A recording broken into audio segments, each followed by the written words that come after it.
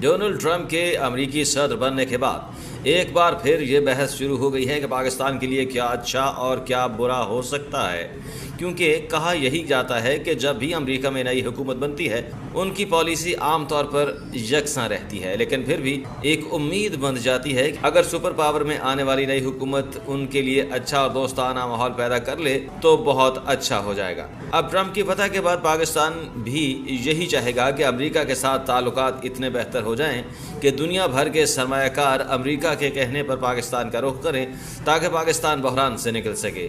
इसलिए पाकिस्तान को ट्रंप हुकूमत से उम्मीदें वाबस्ता हो गई हैं। वैसे आमतौर पर देखा जाए तो पाकिस्तानी अवाम की दिलचस्पी थोड़ी मुख्तलिफ है।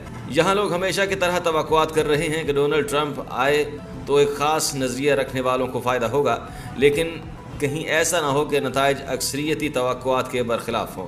नाज़रीन, एक बात याद रखें कि अमेरिका में सदर जिस भी जमात का हो, इनके ख्याल से पॉलिसियों में कोई बड़ा फ़र्क नहीं पड़ता, क्योंकि अमेरिका का निज़ाम एक तयशुदा सिस्टम के तहत चलता है और हर मुल्क के साथ इसकी एक तयशुदा पॉलिसी है जिसको सामने रखते हुए मामलात आगे बढ़ाए जाते हैं। कि पाकिस्तान और अमेरिका के माबैन ताल्लुकात बहुत अहमियत के हामिल हैं, मगर गुज़श्ता 7 दहाइयों में इन ताल्लुकात में उतार चढ़ाव भी देखा गया है, जिसका बराह रास्त असर पाकिस्तान की मईशत और सियासत पर पड़ सकता है। लिहाजा अब सबकी नज़रें ट्रंप इंतज़ामिया पर हैं कि इनकी पॉलिसी क्या रहती है।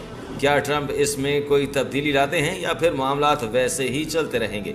हाँ, अगर ट्रंप इंतज़ामिया चीन की मुखालिफ हो गई तो पाकिस्तान के लिए मुश्किल खड़ी हो सकती है, लेकिन देखते हैं कि ऊँट किस करवट बैठता है।